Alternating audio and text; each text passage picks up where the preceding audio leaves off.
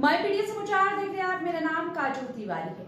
बिहार में tender, transfer posting और करोड़ों के कथित भ्रष्टाचार के खेल को लेकर बड़ा खुलासा हुआ है। जिस ठेकेदार का नाम अब सत्ता के गलियारों से लेकर अफसरशाही तक गूंज रहा है, वो नाम रिशु श्री है। ईडी और विशेष निगरानी इकाई की छापेमारी के बाद कई बड़े अधिकारियों की मुश्किलें बढ़ती हुई दिखाई पड़ रही है। आरोप है कि रिशु श्री सिर्फ ठेकेदार नहीं था, बल्कि एक ऐसा पावर ब्रोकर बन चुका था जो बड़े बड़े टेंडर मैनेज करता था और अफसरों से सीधा नेटवर्क रखता था।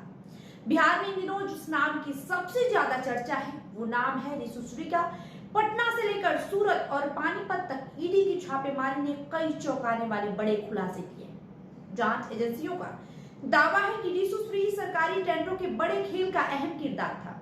बताया जा रहा है कि जल संसाधन विभाग, शहरी विकास, स्वास्थ्य, भवन निर्माण, ग्रामीण कार्य विभाग और कई सरकारी एजेंसियों में उसकी गहरी पैठ थी। आरोप है कि वो बड़े बड़े अधिकारियों की कथित मिलीभगत से टेंडर सेट करवाता था और बदले में मोटा कमीशन चलता था। ईडी की रेड में कई दस्तावेज, कैश, ज्वेलरी और संदिग्ध लेन देन से जुड़े कागजात मिलने की बातें सामने आई है। इतना ही नहीं, जांच एजेंसियों को ट्रैवल एजेंटों के यहाँ से विदेश यात्राओं से जुड़े दस्तावेज भी मिले हैं। दावा किया जा रहा है कि कुछ अधिकारियों और नेताओं को विदेश यात्राएं करवाई जाती थी। सबसे बड़ा सवाल यही है कि आखिर एक ठेकेदार इतना ताकतवर कैसे बना, कैसे उसे सरकारी विभागों के अंदर तक पहुंच मिली, और क्या बिना बड़े अफसरों के संरक्षण से करोड़ों के टेंडर मैनेज किए जा सकते हैं। जांच एजेंसियों की माने तो रिशु श्री का नेटवर्क सिर्फ टेंडर तक सीमित नहीं था, उस पर ट्रांसफर पोस्टिंग में भी दखल देने के आरोप लगे। कहा जा रहा है कि उसके जरिए छोटे मोटे कर्मचारियों से लेकर कई स्तरों पर सेटिंग का खेल चलता था। इस मामले में चर्चित आईएएस अधिकारी संजीव हंस का नाम भी सामने आया है। स्पेशल विजिलेंस यूनिट की एफआईआर में भी कई गंभीर आरोप दर्ज किए गए हैं। सूत्रों की माने तो टेंडर की राशि का बड़ा हिस्सा कमीशन के रूप में बांटा जाता था। कथित तौर पर एक पूरा सिंडिकेट काम कर रहा था, जिसमें ठेकेदार, बिचौलिए और कुछ अफसर भी शामिल थे।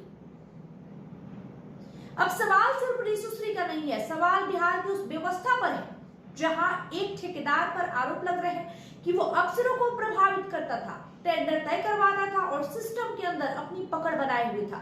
ईडी अब इस बात की जांच कर रही है कि आखिर किन किन अधिकारियों, नेताओं और कारोबारियों को इस पूरे नेटवर्क से फायदा पहुंचा।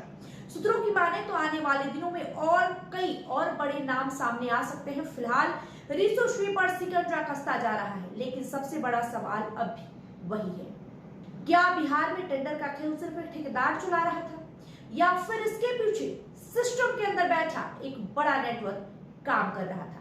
आपको क्या लगता है, कमेंट बॉक्स में लिखते जाइए। साथ ही वीडियो को लाइक और शेयर करिए। अगर आप हमारे वीडियो को हमारे YouTube के जरिए देखते हैं तो हमारे YouTube चैनल को सब्सक्राइब कर लीजिए। बहुत बहुत शुक्रिया।